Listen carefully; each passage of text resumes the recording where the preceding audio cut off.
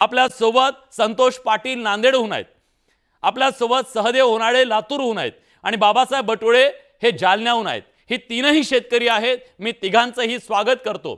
चर्चेची सुरुवात आधी मी आज शेतकऱ्यांपासून करणार आहे, त्यांची व्यथा आणि मग त्याच्यावरती चर्चा आणि त्याच्यावरचं मंथन आपण करूया मान्यवर नेत्यांच्या सोबत। पहिली एक एक कमेंट मला तिघांनीही सांगा, आज अवस्था काय? बाबासाहेब बटुळेजी, जालना जिल्ह्यातली अवस्था काय? काय म्हणतोय शेतकरी? काय त्याची अवस्था? जिल्ह्याची अवस्था म्हणजे अशी आहे सर, हम्म की जिल्हा वारसच नसल्यासारखा झालेला आहे।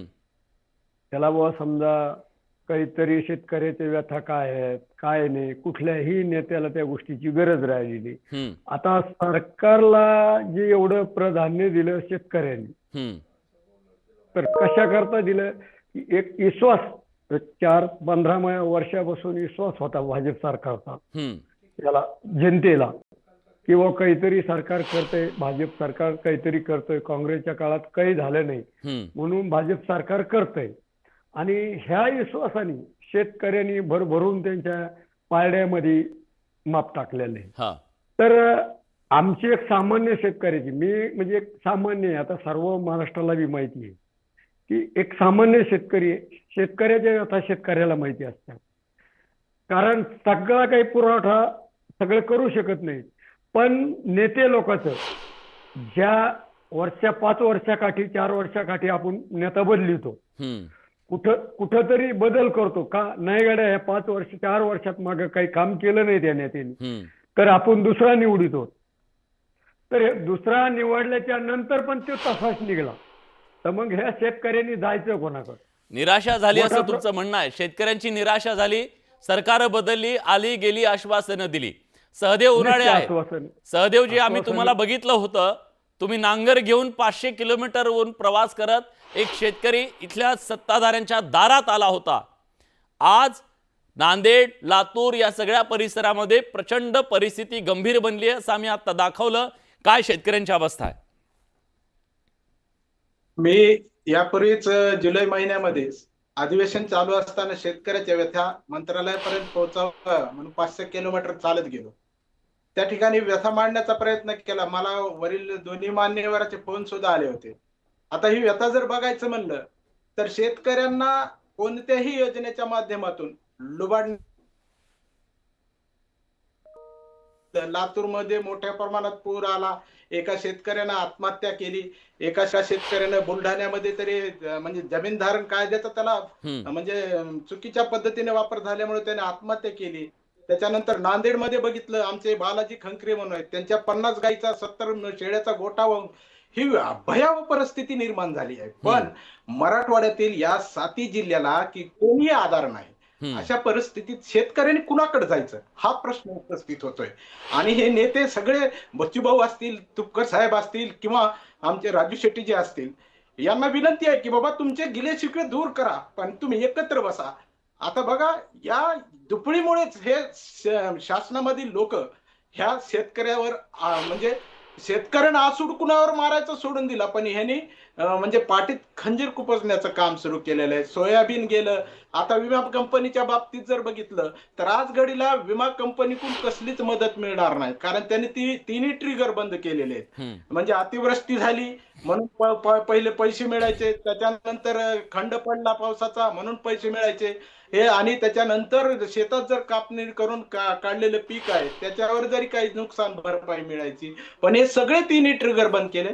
आणि 2019 पासून बघतोय, आज 2024 पर्यंत बघितलं तर एकदाही पीक कापणी प्रयोगाच्या आधारावर विमा मिळाला नाही, अशी परिस्थिती आहे। आम्हाला कर्ज दिलं जातं, पण ते कर्ज आमच्यावर लादलं जातं। कशा पद्धतीने लादलं जातं जर हे सांगितलं, आम्ही त्या ठिकाणी सचिवांना सुद्धा मी सांगितलं वैयक्तिक, बाबा हे कर्ज जी देताय तुम्ही, आम्हाला केसीसीच्या अकाउंटवरून कर्ज दिल्यानंतर त्याच केसीसीच्या अकाउंटवर आमचे व्यवहार व्हावे, जेणेकरून वर्षातून 1-2 लाख रुपये जे आमच्या पदरात शेतकऱ्याकडून मदत म्हणजे गव्हर्नमेंट कोणी येणारे असतील, रोजगार हमीचे असतील, कोणते आमच्या मालाचे पैसे असतील, त्या खात्यावर म्हणजे खात्यावर जमा होतील आणि ऑटोमॅटिक रिन्युअल होईल। बरोबर, अशा म्हणजे पद्धतीच्या कर्जाचा मुद्दा आहे, पीक विम्याचा मुद्दा आहे आणि त्या मुद्द्याबद्दल कुठल्याही प्रकारचा दिलासा तुम्हाला नाहीये आणि हे संकट दारावरती उभा आहे। संतोष पाटील आता आपल्या सोबत आहेत।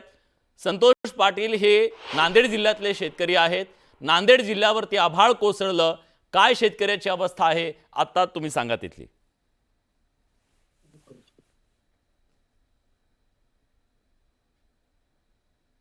नांदेडमध्ये आपण सर्वजण बोला, सलग बोला, येतोय आवाज तुमचा. नांदेडमध्ये आपण सर्वजण पाहतोय महाभयंकर पूर असा आला आणि अनेक माणसं आणि शेकडो जनावरं नांदेड जिल्ह्यामध्ये मृत्युमुखी पडली. शेतकऱ्याचं न भरून निघणारं, कधीच न भरून निघणारं नुकसान या ठिकाणी झालं.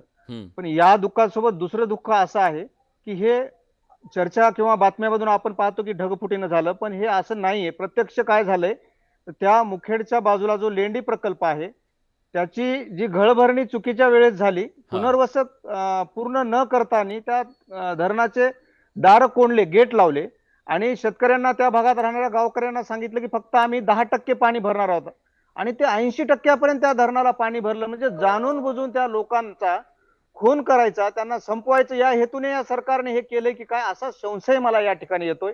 आज आपण ही घटना घडून 2-3 दिवस झालेत, आज कुठंतरी त्या ठिकाणी थोडीफार मदत पोहोचले.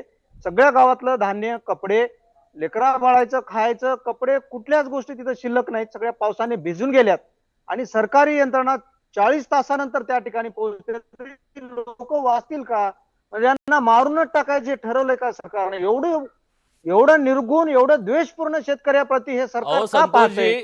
मला तर वाटतंय खूप मोठ्या प्रमाणावर आनंद साजरा करा, आनंद साजरा. 25 तारखेला वराह जयंती साजरी करा असं म्हणतायत, धडाक्यात करा म्हणतायत ना. उद्याच्या पोळा आमचा दरवर्षी आम्ही बैलांना वाजत गाजत पोळा करतो, तर यावर्षी वाजत गाजत कोण्या तोंडानं करावा? आमचे भाऊबंद मेलेत, आमचे जनावर मेलेत, बैल मेलेत आणि पोळा कसा करावा? आणि तुम्ही म्हणताय ते वराह पूजन काय काढलंय? उद्या हे मासेमारी म्हणतील, मत्स्य अवतार आहे त्याची सुद्धा पूजा करा म्हणतील, मासेमारी बंद करा म्हणतील. मला वाटतं हे जे नेते मंडळी वादग्रस्त मुद्दे मुद्दाम काढत आहेत, यांना शेतकऱ्याची शेती तरी हिसकावून घ्यायची. बघा ना, गेल्या 10-15 वर्षापासून मी शेती करतो, मी स्वतः हिशोब लिहून ठेवतो. दरवर्षी मी शेतीचा लेखाजोखा माझ्याकडे असतो. दरवर्षी मी 2 लाख, 3 लाख, 2.5 लाखाला मायनस मध्ये जातोय आणि तेवढं कर्ज माझ्या माथ्यावर वाढत जाते. दरवर्षी शेतीमालाचे भाव कमी होतात आणि जो कच्चा खर्च, जो खत, औषधी आहे, बियाणे आहे, मजुरी आहे, ट्रॅक्टरची नांगरटी मोगडणी आहे, मशागत आहे, याचा दरवर्षी खर्च वाढतोय आणि उत्पादन जे येणार आहे त्याचा मात्र भाव कमी होतोय. म्हणजे आम्हाला संपवायचं ठरवलंयच काय? म्हणजे आम्ही अशा आत्महत्या करण्याचा प्रकार आमचा कमी आहे, ह्या वाढवण्यासाठी ही पद्धत वापरली काय? आणि याही पुढे जाऊन हे मानव निर्मित, सरकार निर्मित जो पूर आणून आमची माणसं मारली, याचाही सरकारने जाब द्यायला हवा. नक्की.